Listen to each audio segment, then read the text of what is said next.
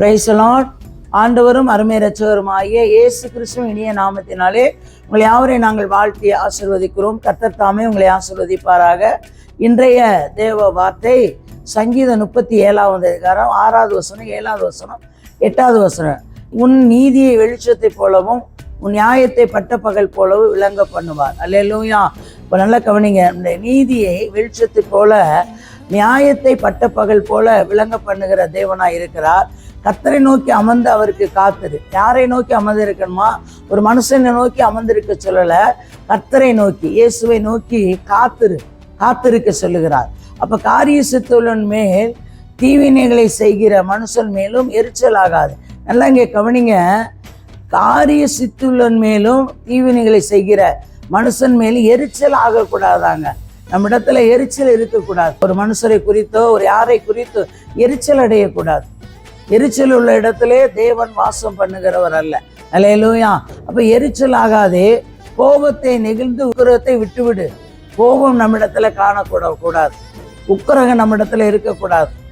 பொல்லாப்பு செய்ய பாருங்க, ஏதுவான எரிச்சல் உனக்கு வேண்டாம். எரிச்சல் வேண்டாம் என்று வேதம் சொல்லுகிறது. அல்லேலூயா. அப்ப எரிச்சல் நமக்குள்ளே இருக்கக்கூடாது. கோபத்தை நெகிழ்ந்து உக்கிரகத்தை விட்டுவிடுன்னு சொல்றார். கோபத்தை விட்டுவிடு, அப்ப உக்கிரகத்தை விட்டுவிடுன்றாரு.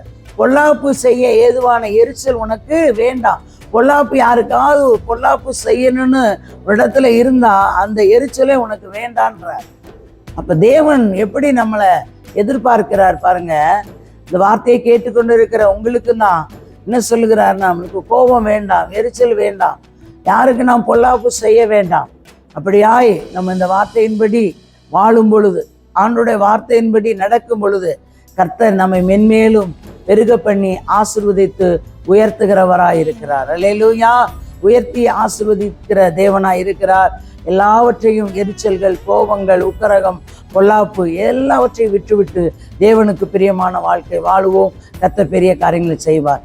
தகப்பனே, மை துதிக்கிறோம், சோத்திரம். கர்த்தாவே, சர்வ வல்லமையுள்ள தெய்வமே, மை துதிக்கிறோம், சோத்திரம் ஐயா. நேற்றும் என்று மாறாத என்னுடைய நல்ல தகப்பனே, இந்த வார்த்தையை கேட்கிற பார்க்கிற ஒவ்வொருவரை கர்த்தர் ஆசீர்வதித்து பெரிய காரியங்களை செய்யுங்க. இயேசுவின் நாமத்தில் வேண்டிக் கொள்கிறோம் எங்கள் ஜீவனுள்ள நல்ல பிதாவே. ஆமேன், ஆமேன்.